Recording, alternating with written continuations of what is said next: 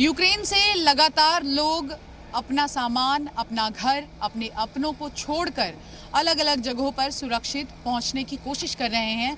तस्वीरें इस वक्त हम आपको दिखा रहे हैं ऐसे ही एक रिफ्यूजी कैंप की। पोलैंड के वार्शा सेंटर में ये रिफ्यूजी कैंप लगा है। लगातार यहाँ पर यूक्रेन से लोग पहुँच रहे हैं और आसपास के जितने भी लोग हैं मदद करने की कोशिश कर रहे हैं। तस्वीरों में आप साफ तौर पर देख सकते हैं उन्हें खाने पीने का सामान दिया जा रहा है।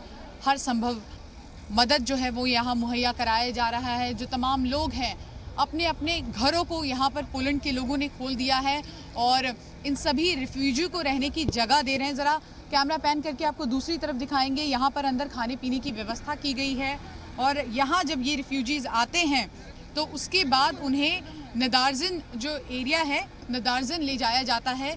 तस्वीरें आपको बस की भी दिखाएंगे कि देखिए जो रिफ्यूजी हैं वो अब किस तरह से यहाँ से थोड़ी देर के विश्राम के बाद निकल रहे हैं और नदार्जिन की ओर जाने की कोशिश कर रहे हैं। और कुल मिलाकर इंतज़ार इस बात का कि कब ये जंग ख़त्म हो और कब ये लोग एक बार फिर से अपने घर वापस लौटे। आप जरा इस खातून को देखिए, ये पिछले 5 दिनों से भारतीय सफारतखाने से उन्हें भारत ले जाने की गुहार लगा रही हैं। अब आप सोच रहे होंगे कि आखिर ये खातून भारत क्यों आना चाहती हैं और इनके भारत में आने में क्या परेशानी हो रही है। यूक्रेन और रूस के बीच जंग लगातार जारी है। इसी बीच यूक्रेनियन अलग अलग जगहों पर सुरक्षित पहुंच रहे हैं, रिफ्यूजी कैंप्स में पनाह ले रहे हैं। और इस वक्त हमारे साथ ऐसी ही एक यूक्रेनियन महिला है, इनका नाम है साशा। आपको बता दें कि साशा है तो यूक्रेनियन, लेकिन इनकी शादी भारतीय नागरिक से हुई है जो कि दिल्ली में रहती हैं। और जानने की कोशिश करेंगे कि दिल्ली में कौन रहता है आपका। Who is there in Delhi? My husband.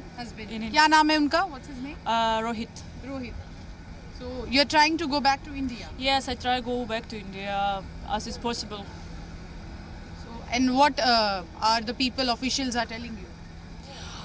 They tell you can go, but we can't provide you free visa and free flight ticket, but we don't have money, so I don't know what to do right now.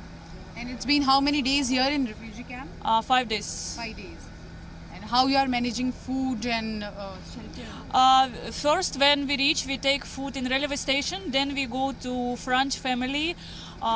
They help us. They give apartments and some food also. Ukraine में इस खातून के पास अपना घर था, अपने थे, लेकिन जंग ने सब छीन लिया। अब बस शौहर बाकी है जो हजारों किलोमीटर दूर दिल्ली में है। ये खातून जंग और कैंप से निकलकर अपने शौहर के पास जाना चाहती हैं और एक महफूज मुल्क में अपने बच्चों को पैदा करना चाहती हैं। Please, if someone can help me, please, I pray. देखिए भावुक हो गई हैं और साफ तौर पर ये चाहती हैं कि जहाँ पर इनके पति हैं दिल्ली में, ये वहाँ जाएं और वहीं पर इनके बच्चे का जो जन्म है वो हो। कुल मिलाकर कोशिश लगातार ये कर रही हैं, अभी तक कोई सफलता इन्हें हाथ नहीं लगी है और अब इंतज़ार बस इसी बात का कि जल्द से जल्द ये भारत पहुँचे। वार्शा से कैमरा पर्सन शेखर के साथ शिवांगी ठाकुर, जी मीडिया।